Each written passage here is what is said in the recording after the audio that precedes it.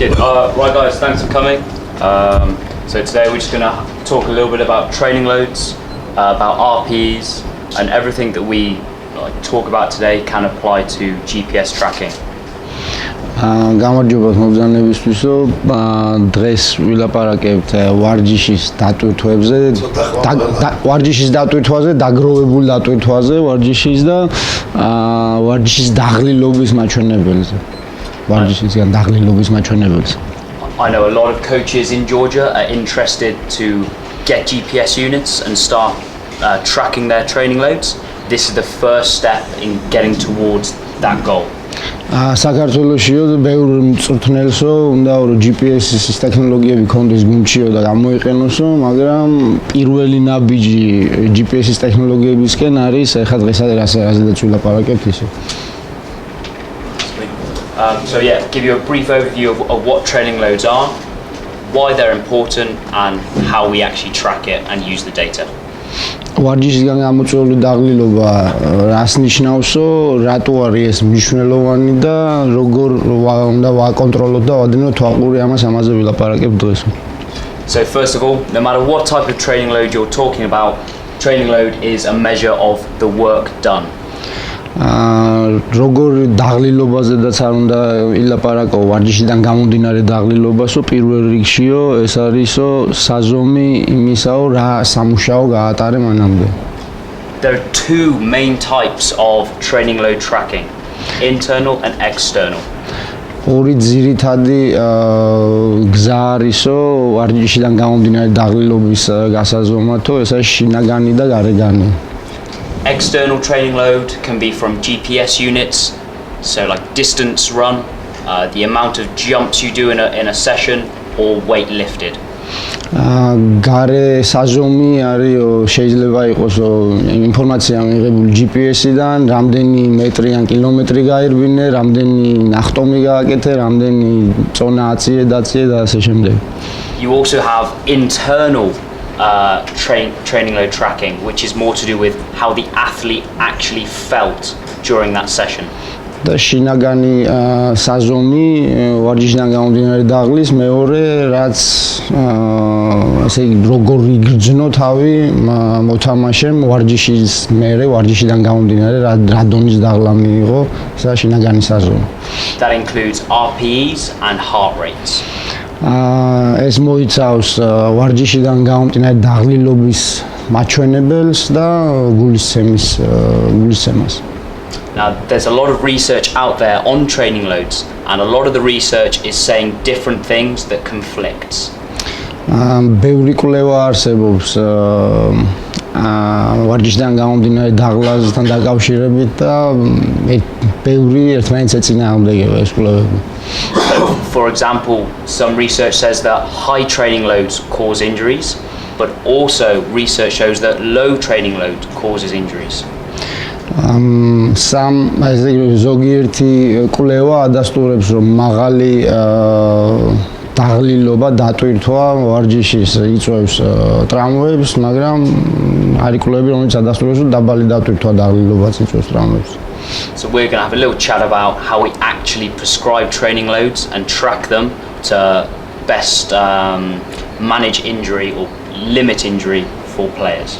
It's ჩვენ ვილაპარაკებთ იმაზე, თუ როგორ საუკეთესო ვარიანტი როგორ უნდა გამოვწეროთ ვარჯიშის დონე, რა ზომის ვარჯიში უნდა გამოვწეროთ, რომ ავიციროთ თავიდან დატვირთვა, ტრამვები და გადაღლილობა. So just really quickly, why is this important? Why should you listen to me now? რამდენიმე სიტყვითო უნდა შევეხო იმას, რატო არის ეს მნიშვნელოვანიო და რატო უნდა მომისმინოთო იმას, რასაც ვამბობ ახლა იმაზე. First reason, it helps players train harder and train smarter. პირველი მიზეზი არის ის, რომ ეს ეხმარება მოთამაშეებს ივარჯიშონ უფრო მეტი, უფრო ძლიერად და ივარჯიშონ უფრო ჭკვიანად. Whether it's RPE or GPS, it enables us to structure or periodize our week. So we have high days and low days. ეს არის ვარჯიშიდან გამომდინარე დაღლილობის ინდექსი თუ ჯიპიესი, ეს გვეხმარება ჩვენ პერიოდიზაცია გავაკეთოთ ჩვენი სავალიჩო კვირის, რა გქონდეს მაღალი დატვირთულობის დღე, დაბალი დატვირთულობის დღე. The second important reason is to reduce the amount of soft tissue injuries, hamstrings, groin and calf tears or strains. მეორე მნიშვნელოვანი ფაქტორი არის ის, რომ რაც შეიძლება შევამციროთ რბილი ქსოვილის ტრამვები, ესე იგი ბარძაყის უკანა გუნდის ტრამვები, პახის ტრამვები, იკრის ტრამვები, რასაც ჩვენ იკრებს ვუძახით და ასე შემდეგ. And then the third reason is because it increases your chances of winning. You have more players on the field training and you have more players available to play. და მესამე მიზეზი არის ის, რომ ალბათობა იმისა, რომ გაიმარჯვებ ზრდის ეს მიდგომა, იმიტომ რომ უფრო მეტი მოთამაშე ყავს ჯამთელი, უფრო მეტი მოთამაშე ყავს, რომელიც კარგად ნობს თავს მოედანზედაც და მოედნის გარედაც და შეიძლება გამოიყენო ესე. Okay, awesome. We're just going to have a quick chat about internal training load, focusing on RPEs. ეხლა ჩვენ ვილაპარაკებთ შინაგან საზომზე ვარჯიშიდან გამომდინარე დაღლის, რომელსაც RPEs უძახიან შემოკლებით rate of perceived exertion. და ამაზე სურსო ვისაუბროთ დღეს. So, rating of perceived exertion is how that player felt that session was. How hard was that session? ეს საზომი გაძლევს იმის მაჩვენებელს, თუ როგორ დაიღალა მოთამაშე მოცემულ ვარჯიშზე. And the way that they would score that is on a 0 to 10 scale, 0 being at rest, no effort at all, 10 being maximal intensity, the hardest session they've ever done. და როგორ უნდა იზომება ეს დაღლილობა, ვარჯიშიდან გამოწვეული დაღლილობა ათლეტის არის 10 ბალიანი სკალა არის, 0 არის რომ საერთოდ არ უვარჯიშია და 10 არის რომ მეტი აღარ შეეძლო და უბრალოდ კითხვით შეუძლია მოგაწოდოს ეს ინფორმაცია ათლეტმა რა სირთულის ვარჯიში იყო, ვარჯიში რომელიც ჩაატარა რა. So you'd collect that information at the end of a session. So if it was, for me, if we had a conditioning session and it was hard, I might give a score of a 7. ამ ვარჯიშის მერე შეგიძლია ამ ინფორმაციის მოპოვება მოთამაშეებიდან, თუ მაგალითად ფიზიკური და გამძლეობის ვარჯიში იყო და ძალიან დაიღალა მოთამაშე, შეიძლება მიცეს 7 ამ ვარჯიშზე. You then times that score by the duration of the session. So if the session was 45 minutes, you times the 7 by 45 minutes to give you a figure, a training load number. They two ათლეტმა ჩვენ მოგვაწოდა, რომ მე-7 სირთულის იყო ეს ვარჯიში და ვარჯიში გაგრძელდა 45 წუთი, მერე გაამრავლებ 7-45 წუთზე და ეს გაძლევს რიცხვს, რომელსაც მერე იყენებ რა. And then you would track this on a form of data management like Excel. და ამის თვალყურის დევნება გრძელვადიანი შეიძლება ისეთ პროგრამაზე, როგორიცაა Excel.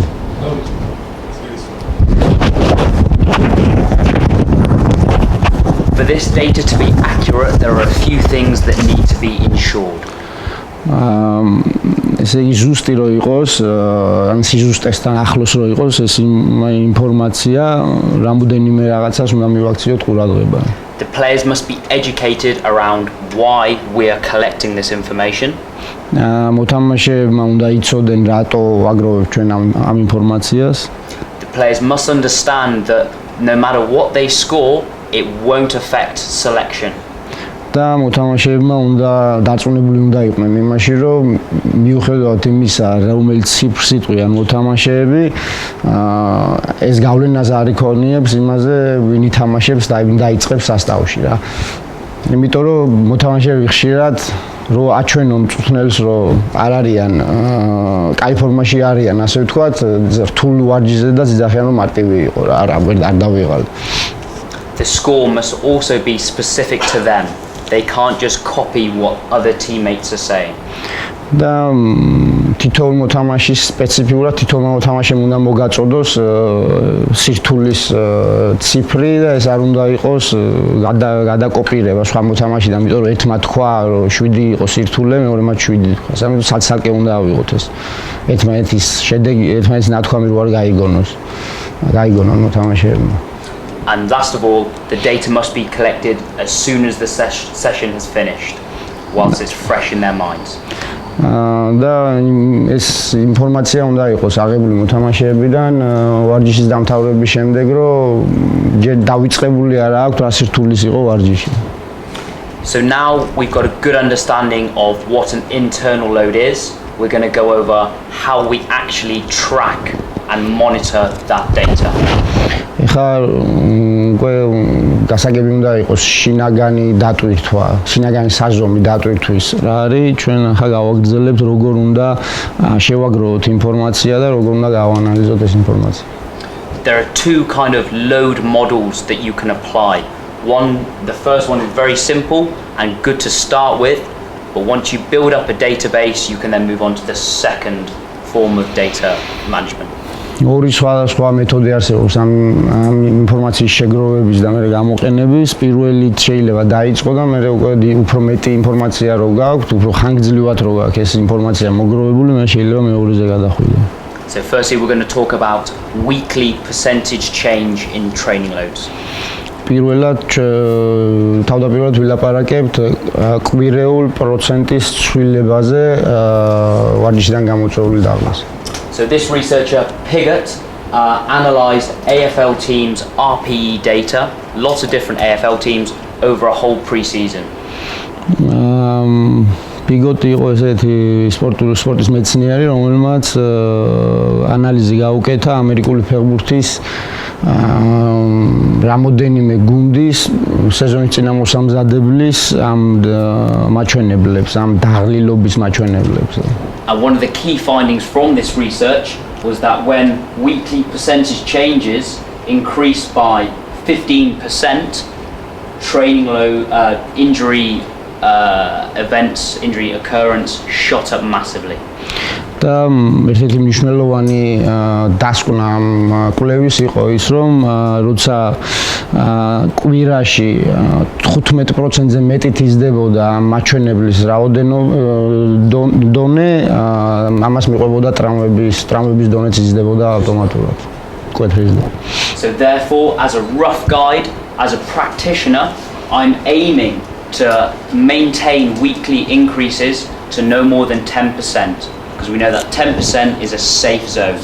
Anything higher and injury risk increases. როგორც სპორტში დასაქმებული მწვრთნელიო, მე ვიყენებ 10%-იან ზდასო კვირაში, ესე 10%-ზე მეტს არ უმატებ ერთ წინა კვირიდან მომდევნო კვირამდე, იმიტომ რომ 15% უკვე იწევს ტრამვების ზრდას. So this kind of load model is a good starting point. But as you build your database and you start to gather weeks worth of data, we can then move on to another form. ეს კარგი დასაწყისი არის იმისთვის, რომ ინფორმაციის შეგროვება დაიწყო, მაგრამ უკვე რამოდენიმე ბევრი კვირები რო დაგიგროვდება ამ ინფორმაციის, მე შეგვიძლია უკვე მეორე მეთოდზე გადავიდე და ამ ინფორმაციის გაანალიზებით. Before we move on, are there any questions about this load model? სანამ გადავალთ ამ მეორე მეთოდზე, რამე კითხვა ხო არა ამ პირველ მოდელთან დაკავშირებით? You said about collect data as soon as possible.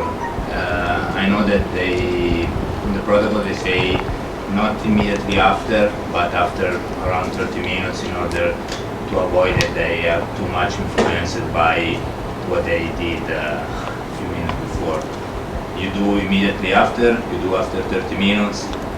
Just from a practical point of view, as the players are walking off, to be fair, by the time they've had a drink, they've relaxed, it's about 5-10 minutes anyway. So as soon as they come out, that's when I collect it. That's how I find the best way of obtaining that data. It's still fresh in their mind. The problem is with that, when the players are walking in, they're walking in 2s and 3s. So the first player, if he says a 4, all the players around him will also say 4, 4. So it's... Yes, and how you collect with that, because for example I do with WhatsApp message in order to avoid this. I don't ask directly. Perfect. Perfect. Yeah, that's no problem. Could you just explain? We just talked about.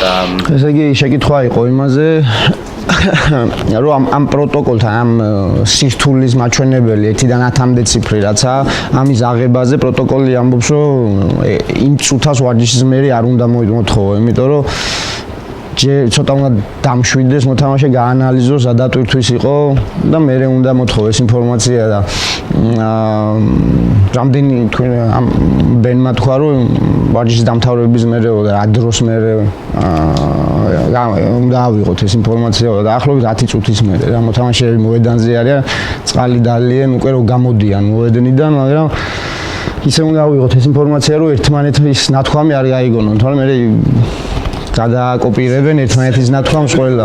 კი, ერთი და იგივე სიძახის ყველა, იმიტომ რომ მე გონიათ, რომ ვინმე თუ უფრო დაიღალა, მწვრთნელი ფიქრებს, რომ ის ფორმაში არ არის და იმეორებს ერთი და იგივეს ყველა. მაინც იგივეს აკეთებენ და ამიტომ ცალ-ცალკე უნდა გამოვიყვანოთ და დაღლის ვარჯიშიდან გამომდინარე დაღლის მაჩვენებელი მარტო ვარჯიში არა, წინა დღეს რა გააკეთე ისა, როგორ გეძინა ისა, ამიტომ შეიძლება ხო ერთი მოთამაშისთვის ერთი და იგივე ვარჯიში იყოს რთული, მეორესთვის შედარებით ადვილი ან უფრო რთული, იმიტომ რომ რა გააკეთა წინა დღეებში რა და როგორ ეძინა და რა ჭამა და ასე შემდეგ. ამიტომ არის ეს ინფორმაცია მნიშვნელოვანი, რომ ჩვენ ვიცოდეთ რამდენად დამღლადი იყო ვარჯიში მოთამაშისთვის და მეორე ვარჯიშზე იმის მიხედვით ვავარჯიშოთ. რაგბის რისკთან დაკავშირებით ვემახსენა 10%-იანი ზრდა ვარჯიშების სამკვირვად თვითშეძლება უსვათ გაზარდა 10% და ასაკობრივია რაგბი იცეს თავს. როდესაც გუნდი იწყებს ვარჯიშს, ანუ გულისხმობს სეზონი დამთავრდა და აი პირველი კვირაა რა. გუნდი ბრუნდება. აი მაშინ უნდა განსაზღვრო ეს 10%-იანი შეიძლება მათთვის უკვე დიდი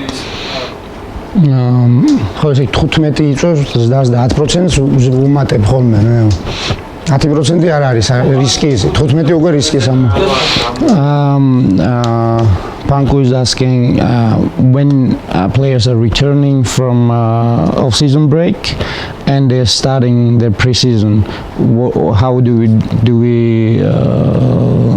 know where to start? Great question. That's the difficulty when it comes to training load tracking, because if you were to start at 10, say for example, I'm just going to use GPS because it's easier in this example. If you're going to start as a weekly total of 10k for a player, a 10% increase would then only be 11k. So you can't just use this. You have to use your coaching knowledge and coaching understanding to build a good week of where you think the players can manage, and then off that then you can start using this. But again, this isn't an exact science. If you go 12%, you might not have an injury risk, but your risk does increase slightly. So you can go over, but the 10% is to be used as a guide, not an absolute definition. ესე იგი პანკუმ რაც იკითხა, პირველი ვარჯიში არის სეზონის მოსამზადებლის და 10%-იანი ზრდაო, მაგრამ საიდან უნდა დავიწყოთ, როცა პირველი ვარჯიში არისო და ბენმა თქვა, რომ ძალიან კარგი კითხვა არისო და უნდა გამოიყენო ამ დროს გამოცდილება და ცოდნა მწვრთნელის, რომ დაახლოებით იცოდეს სად ახარ და ალბათ მე დავამატებდი იმას, უნდა გამოიყენო სად გინდა რომ იყო და რამდენიც აქვს დრო სან მოსამზადებლის 10%-ები რომ მოუმატო მოსამზადებლის ბოლოსკენ უკვე იქ უნდა იყო რა. ესე იგი უკნიდან რომ დაიწყო ეს ამბავი, ხო? აქ გინდა იყო და აქ თქვა 2 კვირა, 10-5 კვირა რამდენიც აქვს და 10% მოუმატე მოუკელი და იქ უნდა დაიწყო პირველი ვარჯიში ალბათ. აუ მე ასე ვიზამდი. Is that okay, Panku? Perfect. So the second form of load model is a little bit more complicated. მეორე ფორმა, მეორე გზა დაღლილობის მაჩვენებლის თვალყურისდევნების ცოტა უფრო რთული არის ვიდრე პირველი. And it's called acute chronic ratio. და ეს არის მოკლევადიანი და გრძელვადიანი დაღლილობის კონტროლი. Acute just means what's happened now. So the acute week would be this week. მოკლევადიანი ნიშნავს ამ კვირის განმავლობაში დაღლილობა რა იყო. Chronic means what have they done previously. So the 4 weeks before. ქრონიკული დაღლილობა არის მანამდე რა დატვირთვა მიიღო მოთამაშემ 4 კვირის მანძილზე. And to calculate the acute chronic ratio, you take the acute week and divide it by the chronic week average. რო დავითვალოთ დამოკიდებულება მოკლევადიან და გრძელვადიან დაღლილობას შორის მოკლევადიანი გრძელვადობის მაჩვენებელი უნდა იყოს და გაყო საშუალო გრძელვადიანი დაღლილობის მაჩვენებელს. Research in many different sports, including rugby, shows that when acute chronic ratio exceeds 1.5, so that's 1.5 times more than the chronic average, the risk of injury increases. ესე იგი, როცა სხვაობა უფრო დიდია მოკლე და გრძელვადიან დაღლილობის შეფარდება შორის ვიდრე 1.5, ესე იგი 0.5-ზე მეტი არის სხვაობა, მაშინ უკვე ტრამვების რისკი იზრდება. ეს კვლევები აჩვენებს ამას, არა მარტო რაგბიში, არამედ სხვა სპორტებშიც. So we as coaches, as practitioners, we try and keep players between 0.9 and 1.3. This is called the sweet spot for acute chronic weekly changes. ესე იგი, მოკლევადიანი და გრძელვადიანი შეფარდება მოკლევადიანი და გრძელვადიანი დაღლილობის სულილება უნდა იყოს 0.9-დან 1.5-მდე, 1.3-მდე რა ეს ითვლება ყველაზე კარგი დიაპაზონი, თუმცა უკვე დაღლილობა ტრამვების რისკი არ არის მაღალი რა. Best way that I find to explain this is talking about beer. Beer? Beer. ყველაზე კარგი მეთოდი ჩემი აზრით ამის ასახსნელად არისო ლაპარაკი ლუდზე. ლუდის მაგალითით ავხსნი რისი თქმაც მინდაო.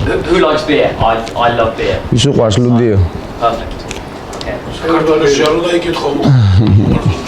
Everybody enjoys it. So if you have, so say me for example, if I drink two pints a day, every day for 4 weeks. თუ მე დავლეო 2 კათხა ლუდს ყოველ დღის განმავლობაში 4 weeks? Yeah, 4 weeks. 4 კვირის განმავლობაში. ესე ყოველ დღე 4 კვირის განმავლობაში თუ დავლევ 2 კათხა ლუდსო. I have a high chronic load of drinking beer.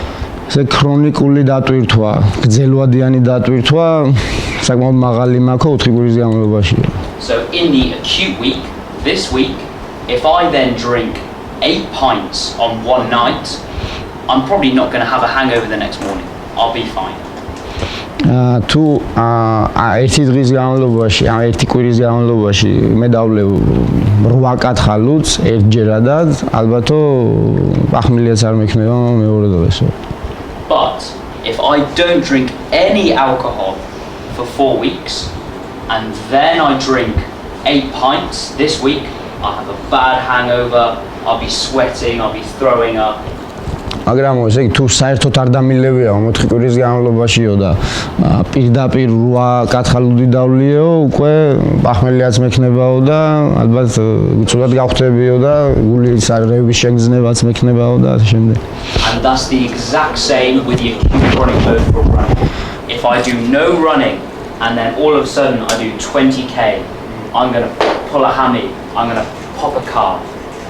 ზუსტად იგივე პრინციპი არისო ამ გრძელვადიანი მოკლევადიანი დაღლილობის ამბავში. თუ საერთოდ არ მაქვს ნავარჯიშებიო და მივედიო და ბევრი ვარჯიში ერთ დღესო, ალბათობა ამისო ტრავმა მივიღო მაღალია. So managing and monitoring training load helps us build players up to have a high chronic load safely. კონტროლი დატვირთვის, ვარჯიშის დატვირთვის საშუალებას გვაძლევს იმისა, რომ მოთამაშეები უკეთეს ფორმაში გვყავდეს და უფრო მეტი ვარჯიშის გაძლების უნარი ქონდეთ, გამოიმუშავა. So the bottom line from this and this, both of these are saying that any high spike in running or high spike in training load increases the risk of injury. ესე ეს ორივე მეთოდი იმას ამტკიცებს, რომ ნებისმიერი მომატება ვარჯიშის მიღებული დატვირთვის ძალიან მომატება სპაიკი ნიშნავს, რომ მიდის ესე მიდის და უცებ ავარდა, ხო? რისკს ზრდის ტრამვისას ძალიან. These are some questions. Yeah. Sorry. In the last bullet point, you had 0.9, right? Yes. So, if my understanding is correct, in 0.9 case, the acute is less than the chronic for the previous. Yeah, correct. And that basically you're not increasing the load, but basically decreasing.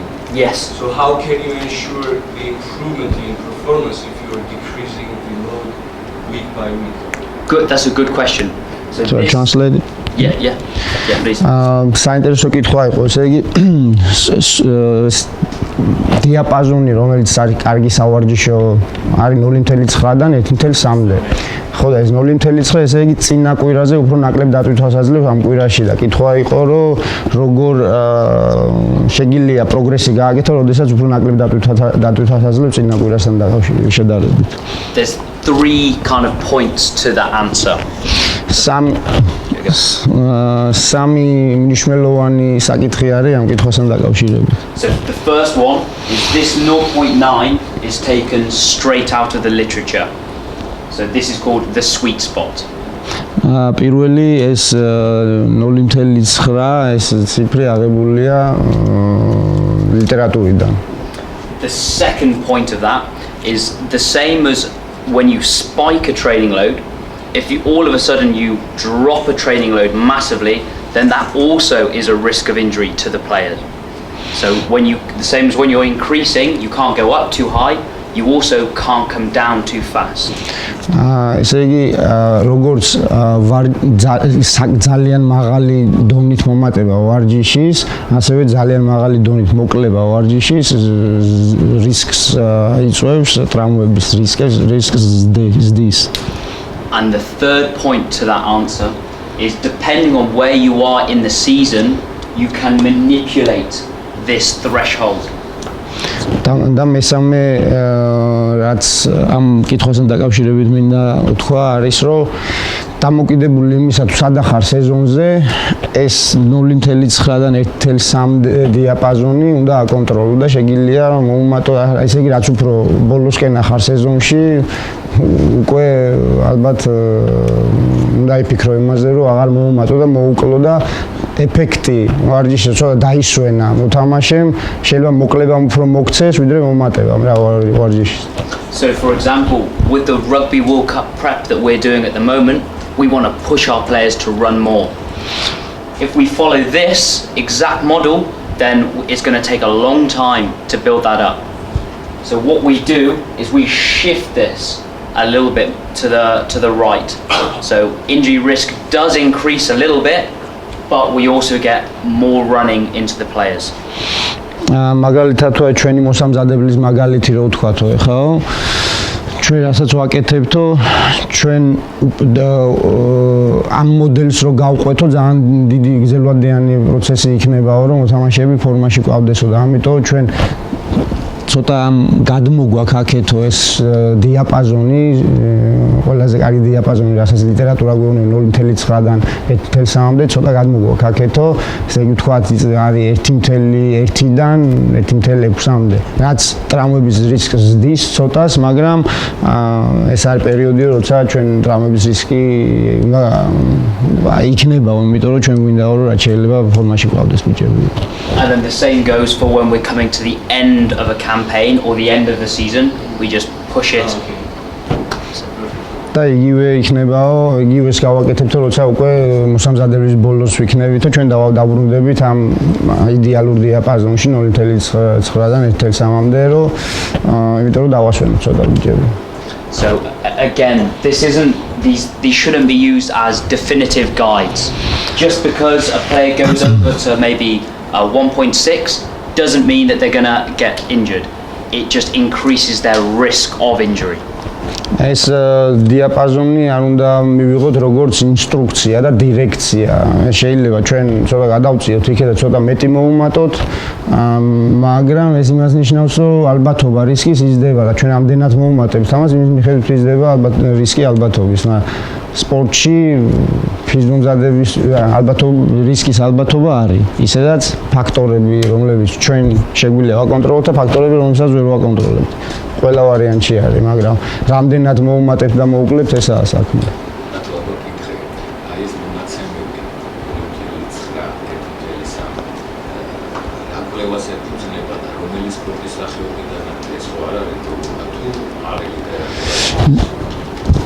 ლიტერატურაში არის კი ეს არის ეფუძნება კვლევას ამერიკული ფეხბურთის მოსამზადებლის თითქმის ყველა გუნდი ამერიკული ფეხბურთის AFL-ში აიღო ერთ-ერთმა მეცნიერმა თავის კოლეგებთან ერთად და გაუკეთა ანალიზი ვინ როგორ უმატებდა რანაირად უმატებდა როგორ აკონტროლებდნენ ამ ვარჯიშიდან მიღებულ დაღლილობას და ესე იგი ამას როცა ცილდებოდნენ უკვე ზევით ხო ტრამვებიც მიყვებოდა ზევით ამას რა იზრდებოდა რისკი ტრამვების და აქედან გააკეთა დასკვნა მაგრამ ლიტერატურაში არის საკმაოდ ბევრი კვლევა, ახლა მან მაგალითი მოიყვანა ამისი და ყველა თითქმის ეთანხმება ამ 0 ამ დიაპაზონს, კი. ცოტა სხვაობები შეიძლება იყოს.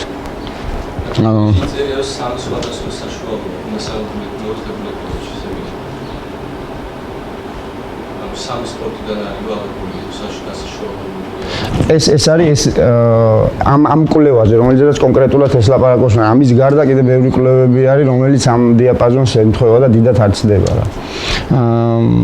The question was how relevant is to rugby and if there is other literature that shows proves this theory. Yeah. So that I did answer it. Oh, perfect. If you, every team in the Premiership in the UK, this is how they track training load. Whether it's RPE, GPS, sprinting, jumping, everything you can track, you can apply an acute chronic ratio to. So ნებისმიერი გუნდი, რომელსაც GPS-ის სახსრები არ აქვს, ინგლისშიდაც, რომელიც ახლა უმაღლესი ლიგაზე ალბათ ყველას აქვს, პირველი ლიგის უმაღლესი გუნდები რაც არის, ხო, მეორე ლიგის გუნდები, ის პროფესიონალური დივიზიონია, შეიძლება ეხა იქაც აქვს, მაგრამ და მესამე ლიგის გუნდებში შეიძლება რამოდენიმე მეორე ლიგის გუნდებს არ კონდეს და ისინი ასე აკონტროლებენ ვარჯიშიდან მიღებულ დაღლილობას და მარტო რაგბიში არა, შეიძლება იყოს სპრინტერი, შეიძლება იყოს თითქმის ძალიან ბევრი სპორტი, სადაც თუათ იმდენი ფული არა რომ GPS-ის საშუალება ძვირი სიამოვნება, ძალიან ბევრი აკონტროლებს და ვარჯიშიდან მიღებულ დაღლილობას ამ მეთოდის საშუალებით. It isn't perfect. There are faults with it, but it is a really good guide. Again, this is a guide. ეს არ არის სრულყოფილი მეთოდი, მაგრამ კარგი საშუალებაა იმისი, რომ აკონტროლო ვარჯიშიდან მიღებული დაღლა და ამას ჩვენ მაგალითად ქუთაისის აიაში მე ამას ვიყენებ მეთოდი GPS-ი არა გვაქვს და ამასთან ერთად კიდე რაღაც სხვა მეთოდებს ვახმარ, რომ რაც შეიძლება მეტი ინფორმაცია მოგქონდეს. I've got a few references and reading links here. I'll send all of this whole presentation over to Simon. And then if you would like this, you can just get it off him. აქ არის რეფერენსები, ესე იგი გამოყენებული ლიტერატურის სია, რაც ამ პრეზენტაციისთვის გამოიყენა ბენმა და არის კიდე საკითხავი ამ თემის ირგვლივ და ამას მე გავუგზავნი სიმონსო და შეგიძლიათ გამოვართვათ და მე გაიცნოთ ამას ყველაფერს. I've also made a template database for coaches to start using now. თქვენთვის გავაკეთე მე ფორმაო ამ Excel-ის ფაილში და თქვენ შეგიძლიათ პირდაპირ დაიწყოთ ამის ხმარება.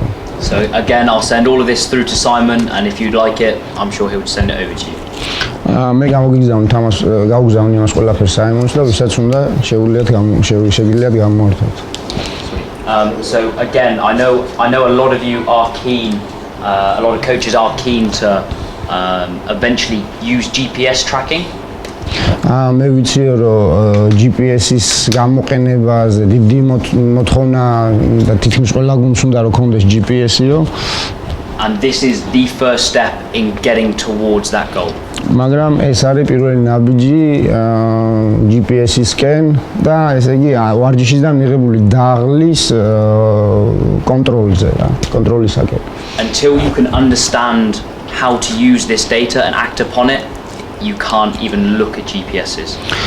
სანამ ჩვენ არ გავიგებთ და გავეცნობთ როგორ უნდა ვაკონტროლოთ ეს დატა, ესე მონაცემები, მანამდე GPS-თან მისვლა პირდაპირ რთული საქმეა, იმიტომ რომ გაცილებით უფრო ბევრი საზომი არის GPS-ში ვიდრე აქ. For example, this is 9 columns of the database that we use to track RPEs. ეს არის 9 წკრივი თუ ზემოდან ქვემოდან მოდის ინფორმაცია 9 სახეობის ინფორმაციას აგროვებ ამ მეთოდით versus this is half of the GPS database, which is well over 200 columns. ეს ქვედა არის GPS-ის მონაცემები და GPS-ში არის 200-ზე მეტი ეს მონაცემი. ამიტომ ეს არის კარგი საწყისი წერტილი GPS-თან სანამ მივალთ. GPS-ი სულ არ იყო, ჩვენ ყველას ახლა რამოდენიმე წლის წინ გაჩნდა GPS-ი და მანამდე ყველა მაღალი დონის გუნდი ხმარობდა ამ მეთოდს, მეტი არ ქონდათ რა დაღლილობის საზომი. So, just going to finish off on revisiting why it's important. So the first one, it helps you train harder and smarter. ესე იგი კიდე ერთხელ მინდა იმას შევეხო, რატო არის ეს მნიშვნელოვანიო. პირველ რიგშიო ეს საშუალებას გაძლევს, რომ იცოდე რა დონეზე არის დაღლილი შენი გუნდი, საშუალებას გაძლევს იმისა, რომ ივარჯიშო უფრო მაგრად, როცა საშუალება გაქვს ამისი და ივარჯიშო უფრო ჭკვიანურად. Monitoring internal load can also reduce the amount of soft tissue injuries. ცოდნა იმისა, თუ რა დონის დაღლილობა გუნდში, ამას შეუძლია შეამციროს რბილი ქსოვილების ტრამვები. And finally, it can help increase your chances of winning. და ამას შეუძლია იმას, რომ უფრო მეტი მოთამაშე ყავს, რომელიც შეგიძლია ათამაშო, ალბათობას იმისა, რომ მოიგოს დის. Lovely, that's it. Thank you very much. Thank you. Questions? Any questions? Yeah, any questions?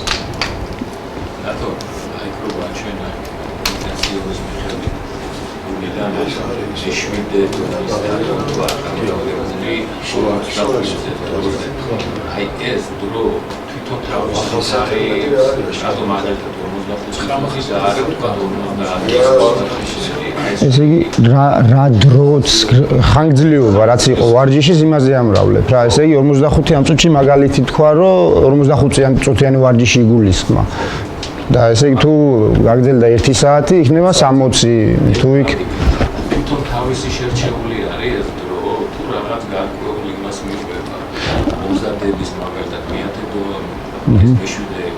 დონის 35-ზე უნდა იყოს თუ ის საათზე გაიზრდოს აი ეს დროის შეფარდებები მაინტერესებს ეს მეშვიდე ეს დონეები არის დაღლილობის მაჩვენებელი ესე იგი მოთამაშეს თვითონ როგორ იძნო თავი ესე იგი 10 არის რომ მოთამაშეს ეს სიარული აღარ შეეძლო მოედნიდან რა წაიცა მოედანზე 1 არის საერთოდ არ განძრეულა 5 არის დაიღალა რა და 7 არის უკვე მაღალი ინტენსივობის ვარჯიში არის რა. ჩემ რაც გეკითხება იცი? რა მივცეთ რომ გიხვდეთ რომ ის მოთამაშე რა ნაკრებს უნდა მიცე რომ გითხრას რომ 7 აქვს თუ 6 თუ არაფერი არ გააკეთა 2 ექნება ხო? 0 ექნება თუ არაფერი არ გააკეთა ხო? აი რა ის უნდა მიცე და იმან მე გითხრას რომ მე დავიღალა ეს 7-ზე 6. აი ვარჯიში თქვა დათო თაღლითობა რა რომ ამიტომ დაიღალა The question is how do we control because the cheaters, like the athletes who go on the field and they pretend that they cannot go harder. Yep. And when you ask them how hard was the session, they'll go like, oh, it was 9, 10. Yeah. Good question. That's part of the struggles that we have had while using RPEs. It isn't perfect, but as a coach, you know when your players are tired or not. That's part of a coaching skill, coaching eye. So you have to use both your coaching knowledge and the data that you collect together. ეს არის ერთ-ერთი გამოწვევა ამ მეთოდისო, არის მოთამაშეები, რომლებიც არ უნდათ რა ვარჯიშია, ზარმაცები არიან. მაგრამ ამ ჩვენ მწვრთნელის გამოცდილება უნდა ვიხმაროთ ამ დროსო. აი არის განსხვავება GPS-სა და ამას შორის, რომ GPS-ი გეუბნება ზუსტად რამდენი ირბინა, მაგრამ მწვრთნელის ალღოზე ხარ, კი ბატონო. და თამაშიდან თამაშამდე როგორ ვიყო? ყოველი ვარჯიშიდან, ესე ყოველი ვარჯიშის შემდეგ ჩვენ უნდა ვკითხოთ მოთამაშეს ინდივიდუალურად რა დაღლილობის ამ 1-დან 10-მდე რა ციფრს მიცემდა დაღლილობას. ხო მოგცა ციფრი, მე გავამრავლეთ ეგ ჩვენ. ყოველ დღე, თქვათ ვარჯიშის დღეები, როგორ ყოველ დღე ავიღეთ ეს ინფორმაცია ჩვენ. და მე კვირის როგორც კეთდებოდა მთელი კვირის ჯამი და მე შეფარდებას ვაკეთებთ, ესე იგი წინ 4 კვირის ინფორმაცია რო გვაქვს, ხო მე იმ შეფარდებას ვნახულობთ რა და თუ არის 0.9-დან 1.3-მდე, შეიძლება ცოტა მეტიც იყოს, ან ცოტა ნაკლებიც, ესე იგი გადატვირთული არ უნდა იყოს რა მოთამაშე. მაგრამ ეს იმას არ ნიშნავს, რომ ჩვენ უნდა ვაკონტროლოთ, როგორ ძინავს მოთამაშეს, რა სჭამს, სტრესი თუ აქვს ახლა რამე ოჯახში ისეთი, ხო, იგი ყველაფერი დაღლილობას იწვევს. ამიტომ პირველ რიგში ჩვენ მოთამაშემდე უნდა მივიტანოთ, ეგ რაც კეთდება იმისთვის არის, რომ მოთამაშე იყოს რაც შეიძლება უკეთესი.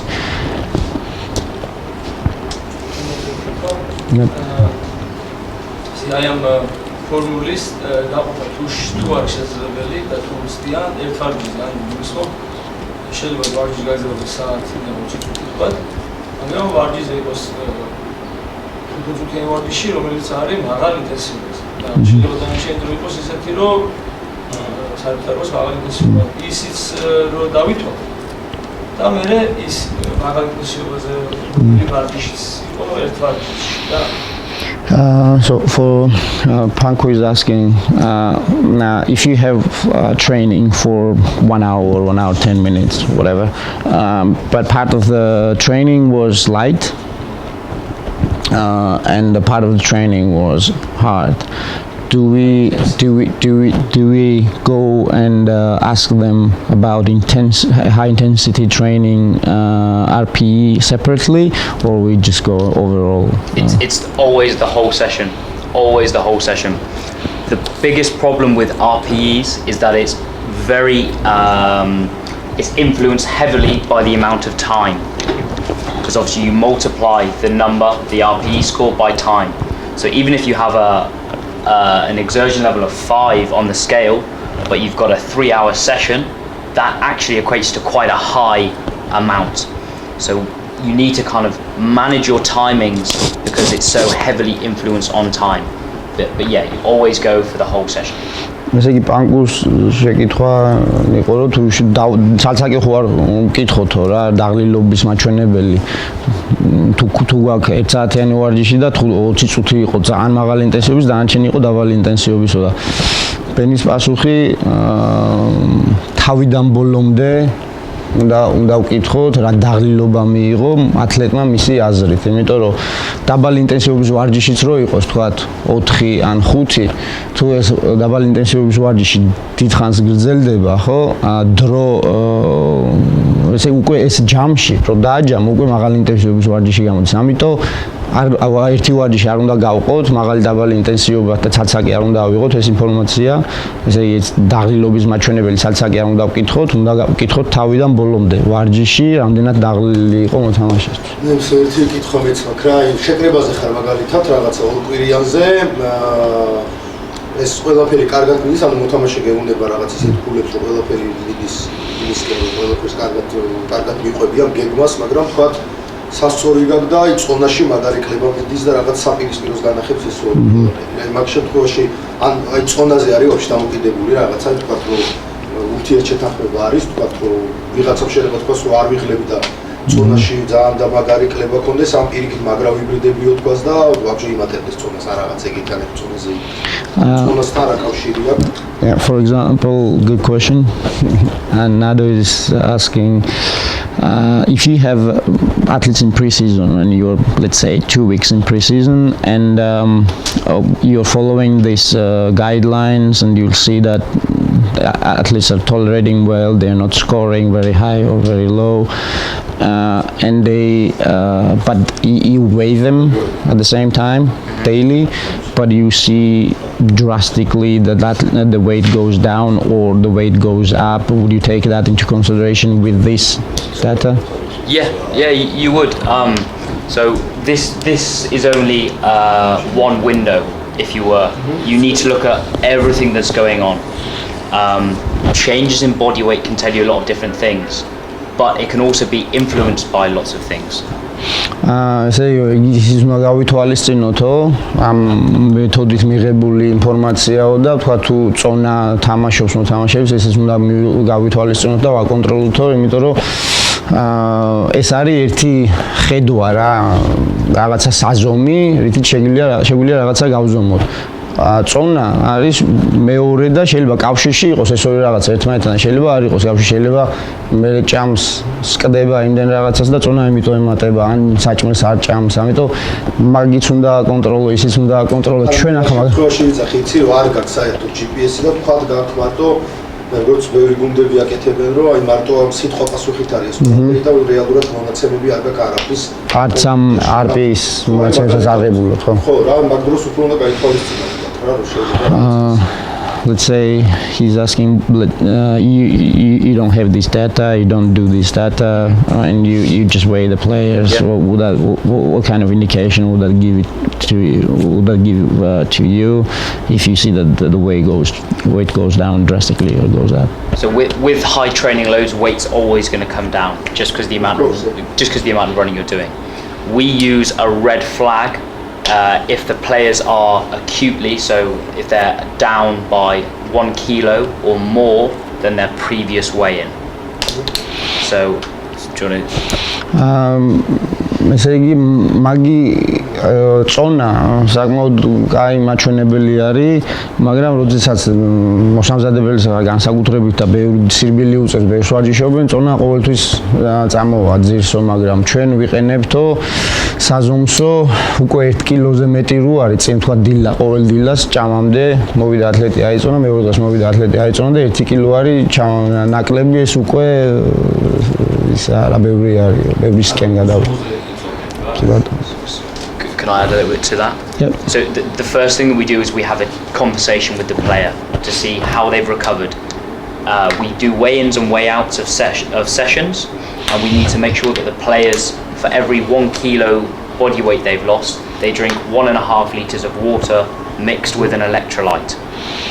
So that could be one reason why in the next day they haven't, their body weight hasn't come back up because they haven't recovered from the session. So that's the first one. ესე იგი ჩვენ პირველი რასაც ვაკეთებთო, როცა ვთქვათ უყურებთ როგორ წონა მოიკლოს საგრძნობლად, საუბრებითო ათლეტსო და ესე ჩვენ ამ დილით აწონის გარდა აქ ნაკრებში ვარჯიშის შესვლამდე და ვარჯიშიდან გამოსვლამდე იწონებიან მოთამაშეები და ესე როგორც თამაშის შესვლამდე, თამაშიდან გამოსვლამდე და ეს კეთდება იმიტომ რომ ყოველ 1 ლიტრ წყალზე 1 კილოზე, რაც მოიკლო ვარჯიშის დროს სპორტსმენმა, უნდა დალიოს ლიტრანახევარი წყალი. ესე იგი თუ მოიკლო 2 კილო, 3 ლიტრი წყალი უნდა დალიოს. და თუ 3 კილოზე მეტი აქვს მოკლებული, მე ელექტროლიტებს უმატებენ. ელექტროლიტის აქვს ფუნქცია, რომ ეხმარება ორგანიზმს დაიკავოს წყალი. თორე ელექტროლიტების ნაკლებობა თუ არის ორგანიზმში, რო დალევენ წყალს, იგი გამოვა ორგანიზმში არ დარჩება. The second point is then to make sure that they weighed themselves in exactly the same condition. So did they have a t-shirt on?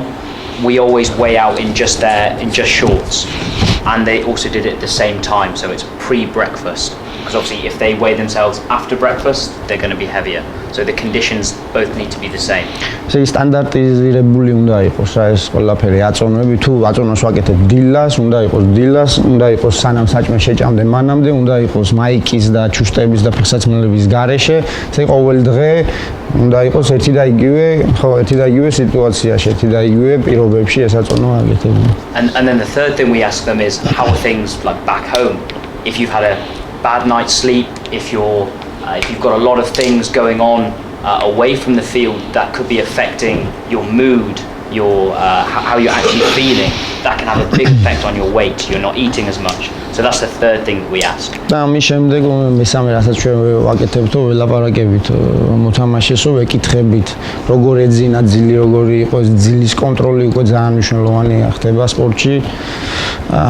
ვეკითხებით სახში როგორ აქვს საქმე, რამე სტრესული მდგომარეობა ხო არ აქვს, იმიტომ რომ ნებისმიერ ვარჯიშიც სტრესი არის და ცოლს ეჭუბიან, ვიღაცასთან ცუდად აქვს საქმე, ეგიც სტრესი არის და იგი ორგანიზმის აღდგენაზე, მე ვარჯიშიდან მიღებული დატვირთვის აღდგენაზე გავლენას აკეთებს. ამიტომ ამ გიზედაც ვეკითხებით და ამ ინფორმაციას მე რო ვითვალისწინებთ თუ როგორ რამდენად დავტვირთოთ შემდეგ ვარჯიშზე რა. And then if it keeps coming down, then we'll have a proper talk with them, sit them down and put an intervention in place so that their weight will come back up. და ეს თუ მე გრძელდება ეს კიტრონის კლება და მიდის იმ დონემდე უკვე საგანგაშოა უახლოვდება ამ დონეს, მე უკვე ველაპარაკებით და მე უკვე სტრატეგიას ვიმუშავებთ, როგორ უნდა დაუბრუნოთ მოთამაშის სასურველ წონას. But some players you want them to come down because they're really fat. ზოგიერთი მოთამაშეს გინდა რომ მოაკლებიოს წონა, იმიტომ რომ ზედმეტი ცხიმი აქვს, ძალიან მსუქანი. როცა ჭარბი წონა, ანუ ბევრი ცხიმი აქვს და იკლებს უფრო მალე რა. ეს წყლის სამბავი და კონტროლი ამ დეჰიდრატაციის იგივე რჩება დამშოვანია რომ საფაჩო და კილოები შესაძლოა წყლის დონის ჩემი პერსონალური აზრი არის, რომ აი, როდესაც ათლეტი ყავს პროგრამაზე, ზედმეტი ცხიმი აქვს, ჭარბწონიანია და უნდა რომ მოიკლოს, ხო? 2 კილო განსაკუთრებით როგორ ვარჯიშის პროცესში 2 კილო კვირაში 2 კილო ნახევარზე მეტი არ უნდა მოიკლოს, თუ იმას მე ძალაც მიყვება, ფეთქებადობაც მიყვება, ყველაფერი მიყვება. ამიტომ ძელვადიანი პროცესი უნდა იყოს და ნელ-ნელა უნდა მოიკლოს რა. But he's saying if I answered my opinion about the question. He's asking if you have overweight player and you want him to lose weight. When do we panic? How what's the threshold we allow them to lose weight weekly and so on? There's not really a set answer for that. You just need to keep monitoring it, seeing how they feel. If when they start to feel like it becomes a problem, then it is likely going to be a problem. But if they're feeling fine and their body weight's coming down, don't worry about it. ჩემი აზრითო თუ მოთამაშე იკლებსო და იკლებს მაგრამ თავს კარგად გრძნობსო და ბევრს მოიკლო ერთ კვირაში ბევრი მოიკლო მე კიდე მოიკლო ველაპარაკებით თუ თავს კარგად გრძნობსო ჩემი აზრით პრობლემა არ არის.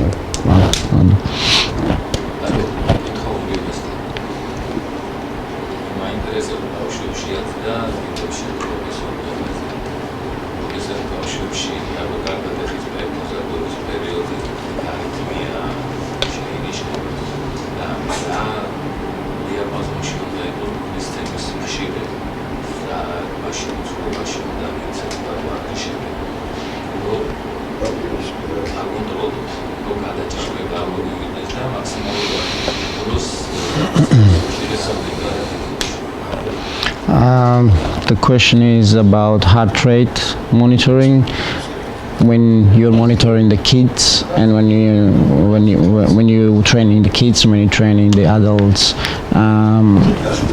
what's the maximum heart rate you allow in adults or in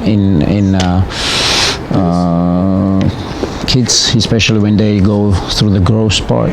I don't use heart rates on kids. I never have, and I won't ever use them on kids. So I can't really answer that. When we use the heart rates with the senior boys, the major thing that we're checking is that the heart rates are coming back down below 70% when they're resting. That's kind of the main thing that we're looking at. See, ბავშვებთან მე აზრს არ გამომიყენებია ესე გულისცემის მონიტორინგის დიდებთან ვიყენებთო, მაგრამ ერთ-ერთი მნიშვნელოვანი რასაც ჩვენ ვაკვირდებით ამ დროს არის, რომ ვარჯიშიდან მიიღო დატვირთვა, მოიმატა გულისცემამ, მაგრამ რაც უფრო მალე ჩამოვდის, ესე იგი 70%-ზე მაინც ესე იგი დაწყნარებული რო არ ფიზიკური აქტივობის გარეშე რო ხარ იმის ჩამოვა უახლოვდება იმას 70%-ით მაინც მე უკვე არა საგანგაშოა თუ არა ესე იგი რომ დიდი ხანი არ შეინარჩუნოს ხო ფიზიკური აქტიურობა იყო ავარდა გულისცემის და დიდი ხანი გაჩერდა ისა და არ დაიწყო ჩამოსვლა ძირს 70%-ით მაინც ამას ვაკვირდებითო რომ თუ უნარი არ იმის რომ ჩამოვიდეს 70%-ით მაინც საგანგაშო არ არის რა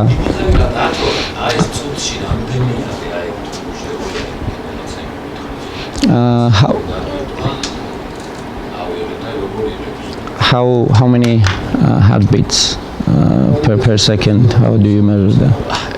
As a rough guide, you would say a person's max heart rate is 220 beats per minute minus their age, as a rough estimate. ასე რომ ვთქვათ, არაზუსტად რო ვთქვათო, მაქსიმალური გულისცემის მაჩვენებელი ადამიანისთვის არის 200-ს გამოვაკლოთ მათი ასაკი. But depending on that person's level of fitness, it may mean it can go higher. მაგრამ დამოკიდებული თუ რა ფორმაშია, შეიძლება ავიდეს უფრო მაღალიც ავიდეს. 200 მინუს 100 ეგ მაქსიმალურია კაცო.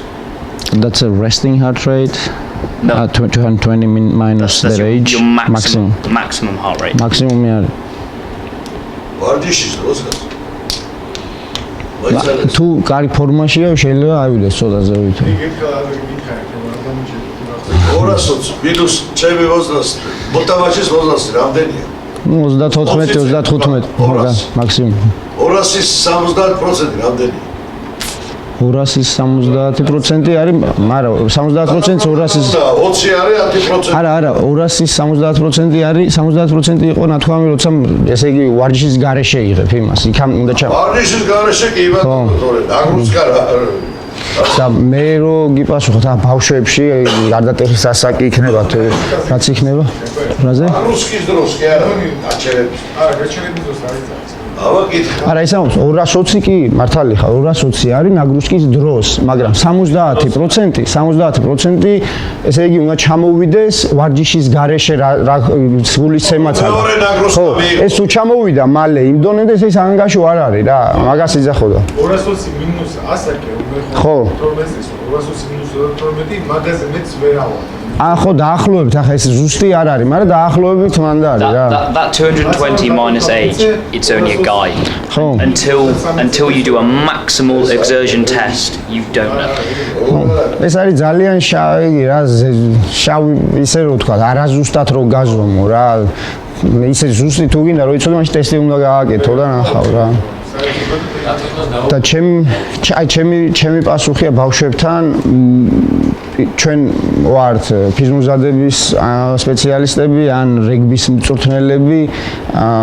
მაგი მე ჩემ თავზე არ ავიღებდი მაგის პასუხისმგებლობა მე გავუშვებდი ექიმთან ექიმმა უნდა გააკეთოს დასკვნა დადოს კვლევა გააკეთოს და დასკვნა დადოს რომ ამ ბავშვის ვარჯიში შეიძლება თუ ბავშვის ვარჯიში არ შეიძლება რამე ჯანმრთელობის პრობლემა აქვს ცოტა ის არის რა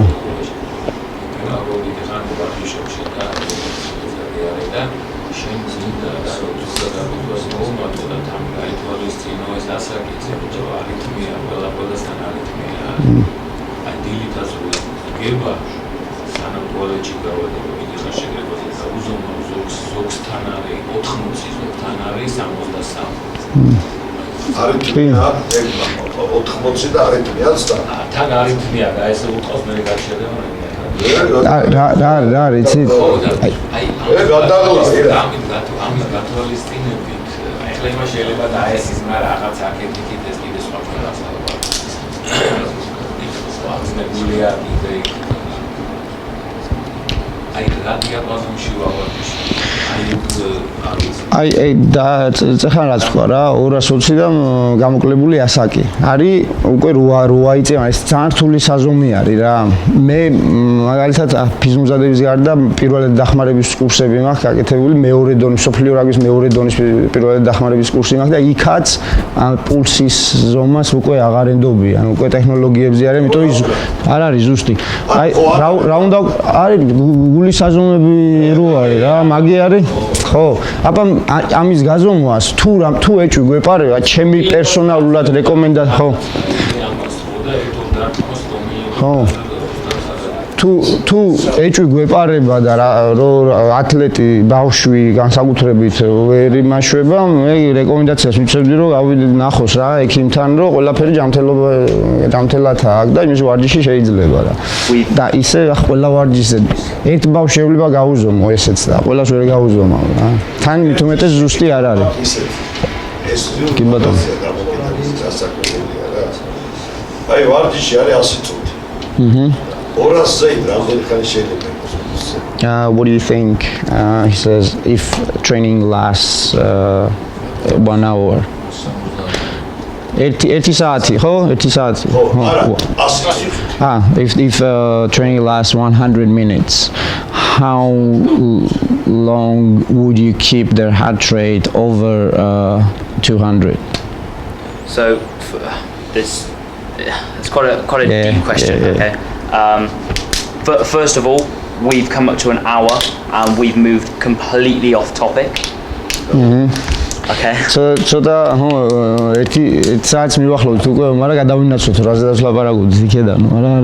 we'll answer this and then we'll finish there. Secondly, we don't look at beats per minute when we come to training zones. We look at percentage of.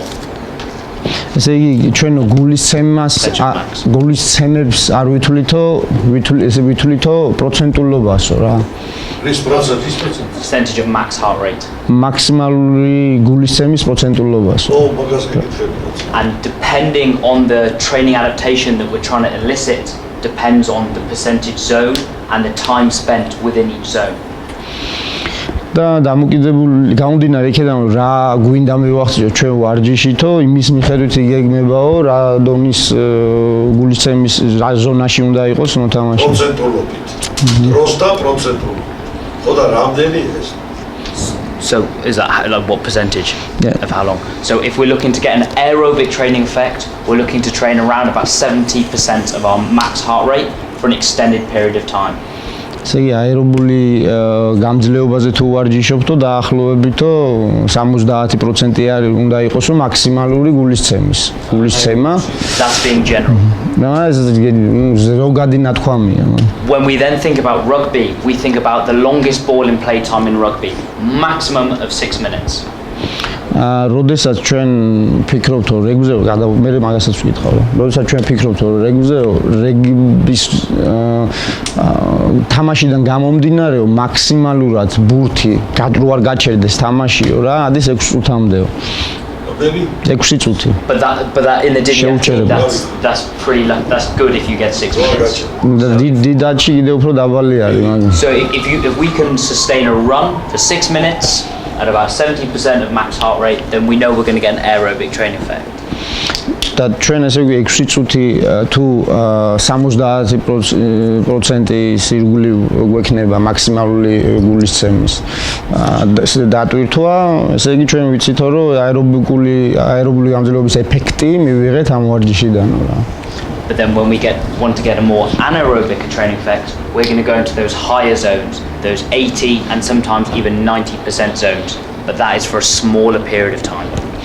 მაგრამ თუ გინდა ანაერობული ეფექტი მივიღოთ ვარჯიშიდან, ნუ უკვე ამ 6 წუთის განმავლობაში უფრო მაღალ ინტენსივობაზე ავალთო, რომ 80-90%-ით რომ მივახლოვდეს მაქსიმალურ გულისცემას, მაგრამ პერიოდი ამ ანაერობული დატვირთვის უფრო მოკლე იქნებაო რა 6 წუთის განმავლობაში. 2 minutes. 2 წუთი. 2 to 1 minute. When you're working in those higher zones, it's a very small 1 minute. 2 წუთიდან 2 წუთამდე. Because this is hard, maximal work.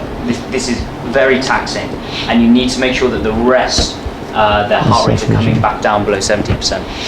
და ესე იგი ეს მომთხოვნი არის რა ადამიანის ორგანიზმზეო და თუ ამ ზონაში მუშაობთ რა 80-90% მაქსიმალური გულისცემის, ხო?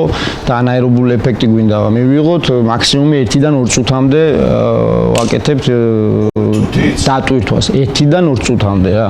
შეიძლება 1-დან 2 წუთამდე, მაგრამ მე დრო უნდა იყოს აღსადგენი. შეიძლება ჩვენ შეიძლება არ გავაჩეროთ, მაგრამ უნდა ჩამოვიდეს ინტენსივობა ისევ 70%-ზე აერობული, ხო, აერობული ინტენსივობა მივცეთ, რომ ამაში უკვე აღდგენა მოასწროს რა და სანამ მეორე 20 წლის ბიჭია, 200-ს გავაკელი 20, 200. 200-ის 80% 160. 160 ცოტა. ჩვენ ვერუნდები 80-დან 90. 80-დან 90-მდე. ხო, 90 არის 180. 180 ანაერობულია. მაგარი და მაგრამ ვარჯიშებზე 200 ხო თუ არა ინდივიდუალურია. სპეციალურად.